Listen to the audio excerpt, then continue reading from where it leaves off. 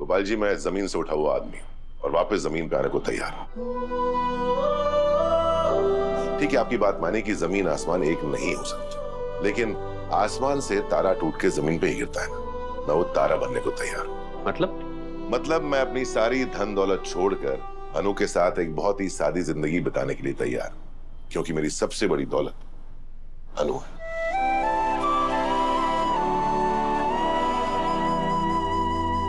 ये सब कहने सुनने की बातें हैं, प्यार मोहब्बत ये सब अभी अच्छा लगता है, पर जब कुछ देर बाद जिंदगी की हकीकत इस सब पर भारी पड़ जाती है। नहीं, जरूरी नहीं। गोपाल जी, मैं एक ऐसे कपल को जानता हूं जिन्होंने जिंदगी के सारे थपेड़े खाए, लेकिन कभी भी उसे अपने प्यार पर भारी नहीं पड़ने दिया, बल्कि उनका प्यार उन्हें हर मुश्किल से बाहर ले आए। उन्हें एक दूसरे का साथ देते हुए सालों हो गए, लेकिन उनके प्यार में रत्ती भर कमी नहीं है। ऐसे लोग कहानियों में, फिल्मों में होते होंगे, आम जिंदगी में नहीं होते। नहीं गोपाल जी, होते हैं, बिल्कुल होते हैं, बल्कि यही है दिल्ली में, चांदनी चौक में, इसी मोहल्ले में, इसी गली में, इसी घर में, मेरे सामने। आप और पुष्पा जी,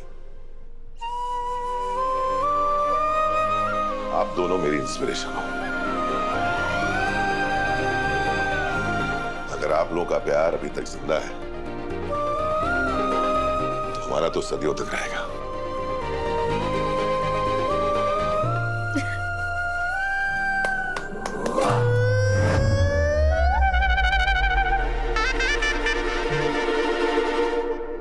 चलिए गोपाल जी, दूसरी वजह बताइए।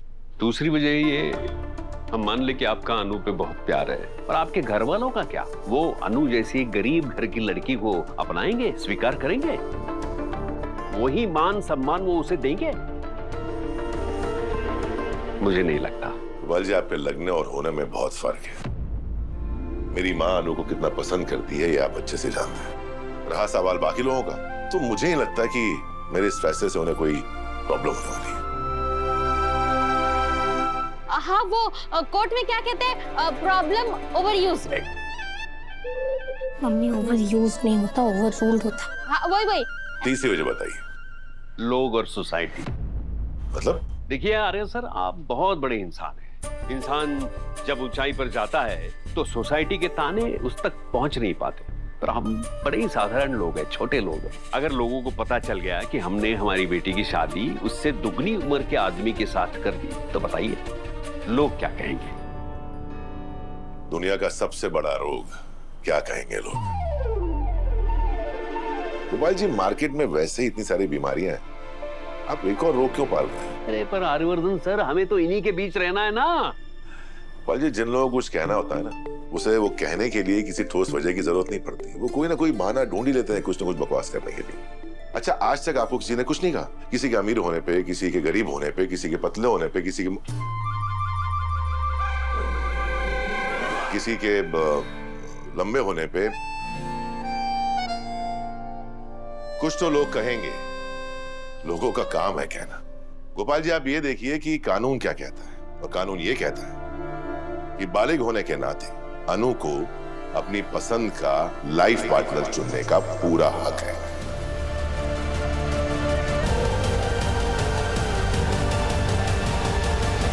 चौथी वजह बताइए। चौथी और सबसे अहम वजह, आपकी उम्र। आप अनु से उम्र में बहुत बड़े हैं, उसका क्या करेंगे? गोपाल जी, इस बार आपने मुझे कुछ बोलने लायक छोड़ा नहीं। उम्र का क्या है, मेरे हाथ में नहीं है। अगर हाथ में होती तो उसे भी कम करवा लेता। तो बस फिर इस रिश्ते के लिए मैं नहीं मानने वाला।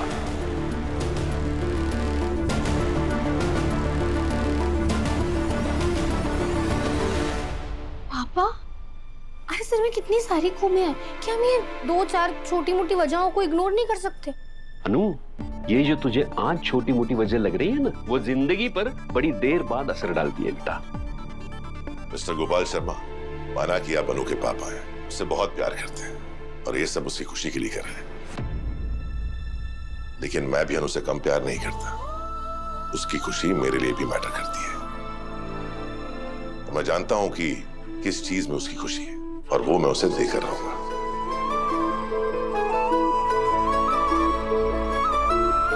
और ये बात आप अच्छी तरह जानते हैं कि आर्यवर्धन जब कुछ करने की ठान लेता है तो किसी भी हद तक जा सकता है। आपने मुझे 4 कारण दिए, कुछ का जवाब मैं दे चुका हूं, इसका जवाब भी जरूर दूंगा। जानते हैं अक्सर लव स्टोरीज में सबसे बड़ा चैलेंज होता है लड़की को पटाना। मेरे पास उससे बड़ा चैलेंज लड़की के पापा को पटाना है।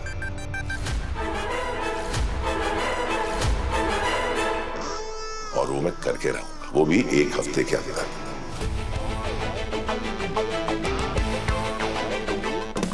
सात दिन लड़की का पापा के नहीं।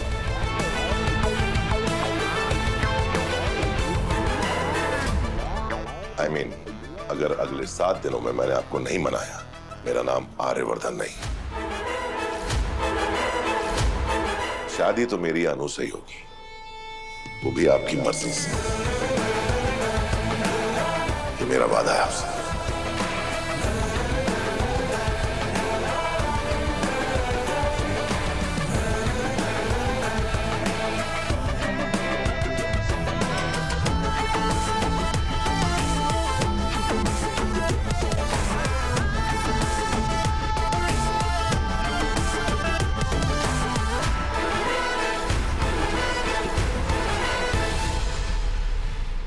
वाह मिस्टर आर्यवर्धन, इस बार तो बहुत बहादुरी वाला काम किया है तुमने। सीधे जाकर अनु के पापा को चैलेंज कर दिया।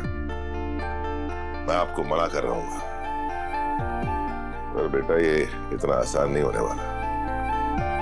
और इस आर्यवर्धन ने आज तक जो भी चैलेंज लिया है पूरा किया है। और ये सिर्फ गोपाल जी से किया हुआ वादा नहीं, मेरा खुद से और अनु से किया हुआ वादा भी है। इस बार ये डील किसी कंपनी के साथ नहीं, इस बार सामने एक बाप खड़ा है और एक बाप को बिजनेस ट्रिक से नहीं भरोसे से जीता जाता है।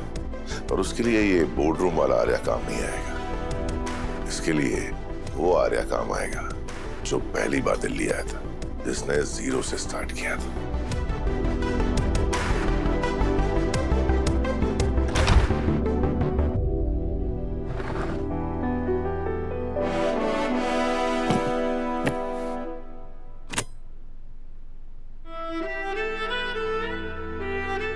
जब पहली बार दिल्ली आया था तो हाथ में सूटकेस था, 2 जोड़ी कपड़े और जेब में ढेर सारे सपने।